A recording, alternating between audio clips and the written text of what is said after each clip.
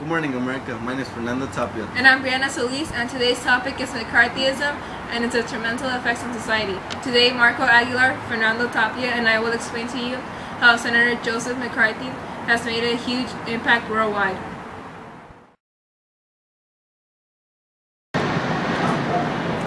Good morning, America. I'm your fellow broadcaster, Marco Aguilar, bringing you the latest news to you right now.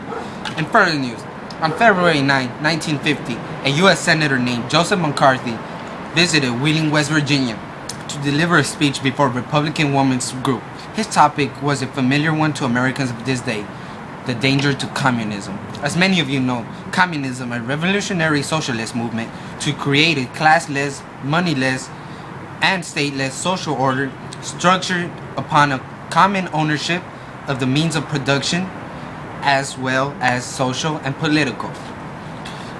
McCarthy later claimed that there was 205 known communists working for the Department of State. In a later speech, Joseph McCarthy went even deep further. He later waved a list before the crowd containing 57 communists in the State Department. Now, if you tell me, McCarthy has gone crazy. After the speech, he created a sensation.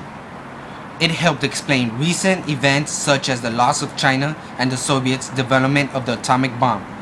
But McCarthy never produced the list named he claimed to be holding on his speech. Later, frightened many Americans did not need more evidence, which led to the McCarthyism. McCarthy went around making new charges, but with no evidence.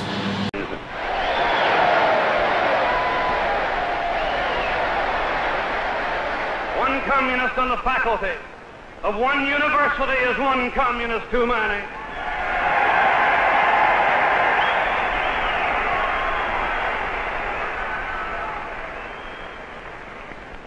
One communist among the American advisors at Yalta was one communist too many.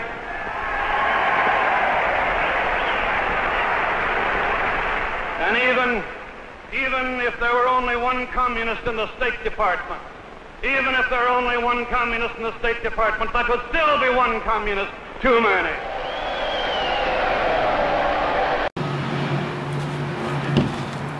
Truman later dismissed him as a ballyhoo who has covered up his shortcomings by wild charges. By 1950 elections, McCarthy made a special effort to bring defeat of Maryland Senator Millard Tidy. Thank you, Marco, for that lovely introduction of McCarthyism. And now I'm going to tell you about an effect resulting from McCarthyism. So, I'm going to talk to you about Klaus Fuchs and the Rosenberg trial. So, Klaus Fuchs was a German atomic spy who in 1950 was convicted of supplying information from the American, British, and Canadian atomic bomb research, also known as the Manhattan Project, to the Soviet Union during and shortly after World War II. Fuchs was responsible for the first fission weapons and later the early models of the hydrogen bomb, the first. From late 1947 to May 1949, Fuchs revealed to Alexander Felivolsky, his case officer, how much America was producing. Fuchs made it easy for the Soviet scientists to calculate the number of atomic bombs the United States was possessed. Fuchs initially denied being a spy and was not detained. Later, in January 1950, Fuchs voluntarily confessed that he was a spy. He was sentenced the next day to 14 years in prison. A week after his verdict on March 7th, the Soviet Union issued a terror statement denying that Fuchs served as a Soviet spy. Fuchs was released on June 23, 1959, after serving 9 years and 4 months of prison. So now, to the Julius and Ethel Rosenberg trial. So, these two married couple were United States citizens convicted of conspiracy to committing espionage during a time of war and executed. Their charges were related to the passing of information about the atomic bombs to the Soviet Union. Rosenberg provided thousands of classified top-secret reports from Emerson Radio, including a complete proximity fuse, an upgrade model of which was used to shoot down Gary Powers' U-2 in 1960. Ethel, which is the husband, typed notes containing U.S. nuclear secrets in the Rosenberg apartment in 1945. He also testified that he turned over to Julius, the wife, a sketch of the cross-section of an impulsion-type atomic bomb. The notes, allegedly typed by Ethel, the husband, apparently contained little that was relevant to the Soviet atomic bomb project. Rosenbergs were convicted on March 29, 1951, on April 5th, and were sentenced to death. Thank you, Brianna, for that brief information.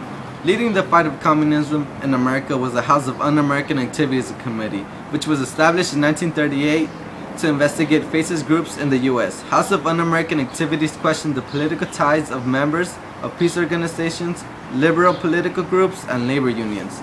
The Hollywood 10 were a group of film directors and writers who went to jail rather than answering questions from the House of Un-American Activities Committee about communist colleagues. Not only were they put in jail, but the Hollywood 10 were blacklisted and denied work from the film industry and saw their careers destroyed. To many Americans, blacklisting was seen as gossip, rumor, slander, backbiting, malice, and drunken invention. When it makes the headlines, shatters the reputations of innocent and harmless people, we are shocked, we are scared. Well, this concludes our broadcast. Good night, America. And don't stop believing. Woo!